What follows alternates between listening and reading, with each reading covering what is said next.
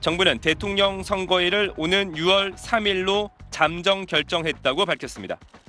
선거법상 대통령 벌이에 따른 선거는 실시 사유가 확정된 때부터 60일 이내에 치르도록 되어 있습니다.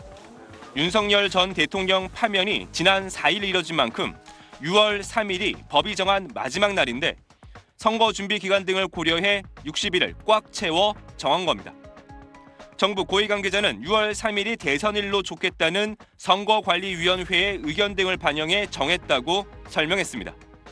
이에 따라 오늘 국무회의에선 6월 3일을 임시 공휴일로 정하고 같은 날 예정됐던 수능 모의평가 일정을 변경할 걸로 보입니다. 지난 2017년 박근혜 전 대통령 탄핵 때도 법정 시한 마지막 날을 대선일로 정해 공고했습니다.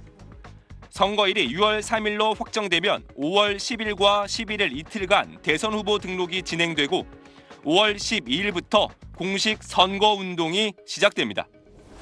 재외국민 투표는 5월 20일부터 25일까지, 사전 투표는 5월 29일 목요일과 30일 금요일 이틀에 걸쳐 실시됩니다.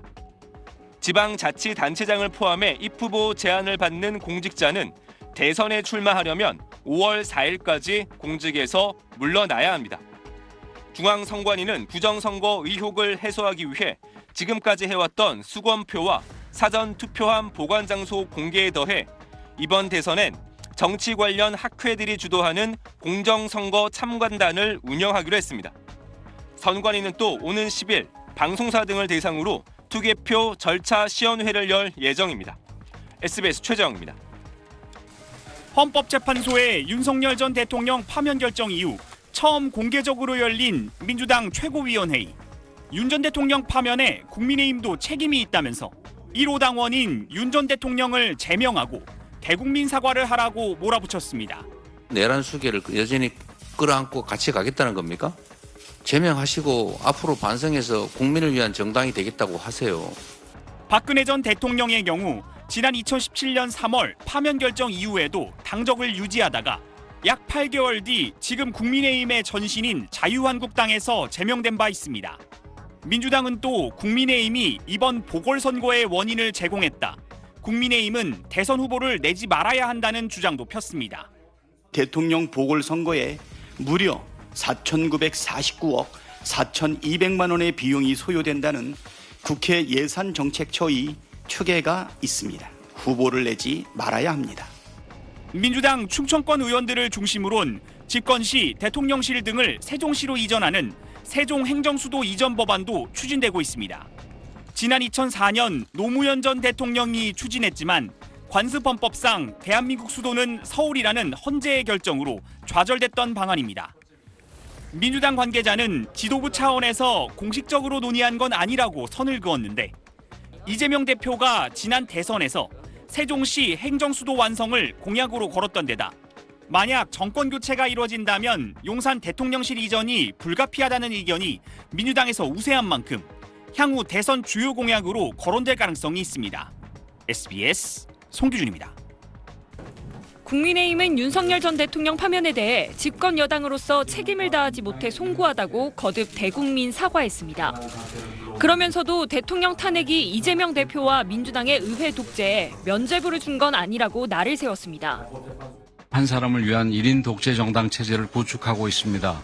이들이 행정부까지 장악하게 되면 어떤 일이 벌어질지 섬뜩할 지경입니다. 국민의힘이 이재명 세력의 폭주를 막아낼 수 있는 가장 현실적인 대안이다. 다시 전열을 재정비해 대선에 나서야 한다고 강조했습니다. 조기 대선은 바로 이재명과 민주당을 심판하는 선거가 되어야 합니다. 이재명 세력을 막아내는 것이 국가 정상화의 시발점입니다. 황우여 전 비대위원장을 당내 경선관리위원장으로 임명하고 첨단 산업 등의 주 52시간제를 예외로 적용하는 방안을 비롯해 7대 정책 비전을 발표하며 본격 대선 채비에 나섰습니다. 하지만 당내에선 윤 전 대통령과의 거리 두기를 둘러싼 온도차가 감지됐습니다. 비윤계 의원들은 탈당 조치 필요성까지 거론하면서 절연하지 않으면 필패라고 했고 탄핵에 반대했던 의원 중에서도 정치적으로는 이제 윤 전 대통령과 다른 길을 갈 수밖에 없다는 말이 나왔습니다. 반면 친윤계 의원은 뺄셈 정치를 배격한다. 절연보다 무서운 게 분열이라며 윤 전 대통령의 자산과 부채를 같이 짊어지고 갈 수밖에 없다고 반박했습니다. 국민의힘은 이재명 대표를 향한 공세와 윤 전 대통령과의 관계 설정이라는 이중 과제를 안고 대선 출발선에 섰습니다. SBS 박서경입니다. 김두관 전 경남지사가 민주당 대선 주자 중에선 처음으로 대선 출마 기자회견을 열었습니다. 제7공화국을 여는 개헌 대통령이 되겠다며 어차피 대통령 후보는 이재명이라는 당내 이재명 대세론을 직격했습니다. 거대명 경선으로는 본선 승리를 장담할 수 없기에 출마합니다. 중도 확장성이 부족하면 윤석열 같은 후보에게도 패배하는 결과가 나올 수 있습니다.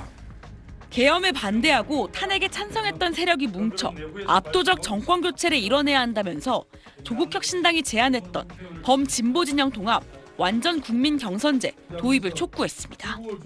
다른 비명계 주자들도 우원식 국회의장이 제안한 대선과 개헌 동시투표 방안에 잇따라 화답하며 이재명 대표를 압박했습니다.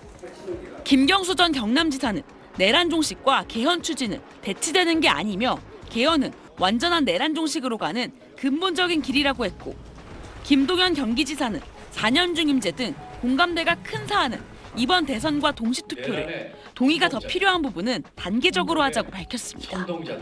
김부겸 전 총리도 내란 수습을 핑계로 개헌을 방관하는 태도는 안일하다고 대선과 개헌 동시투표를 사실상 거부한 이재명 대표에게 견제구를 날렸습니다.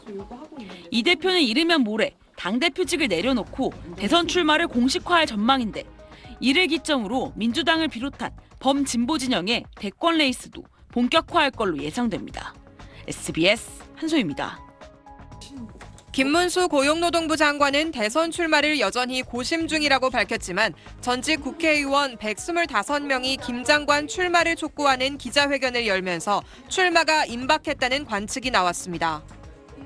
위기의 대한민국을 구하겠다는 사명감을 가지고 대통령 선거에 출마 의지를 국민과 당원 앞에 조속히 밝힐 것을 촉구한다.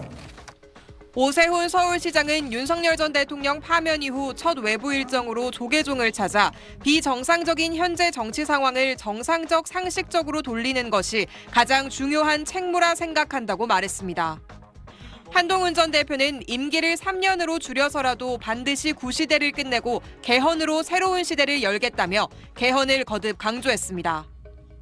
유승민 전 의원과 원희룡 전 국토교통부 장관 등은 대선 출마 선언 시기를 저울질하고 있습니다. 이미 채비를 마친 주자들도 많습니다. 오늘 꿈은 이루어진다는 제목의 저서를 출간한 홍준표 대구시장은 오는 11일 시장직 사퇴, 14일 대선 출마 선언으로 일정을 확정했고, 안철수 국민의힘 의원은 내일 서울 광화문 광장에서 대선 출정식을 진행합니다. 이정현 전 새누리당 대표는 오늘 출마 의사를 밝혔고, 유정복 인천시장과 이철우 경북지사는 모레 각각 출마를 선언합니다. 나경원 의원과 김태흠 충남지사, 이장우 대전시장 등 당 중진과 광역단체장들도 후보군입니다. 후보가 15명에 육박할 거란 전망이 나오는데, 황우여 선관위원장은 SBS에 경선 결선 투표 가능성도 열어두고 논의해보겠다면서 다만 경선에 너무 힘을 빼선 안 된다고 말했습니다. 이준석 개혁신당 의원 측의 이 말에 국민의힘 후보와의 연대 가능성이 점쳐졌지만, 이재명 대표를 잡을 수 있는 거의 마지막 희망이 이준석 후보 아닌가. 이 의원은 연대 가능성이 없다고 일축했습니다. SBS 정다은입니다.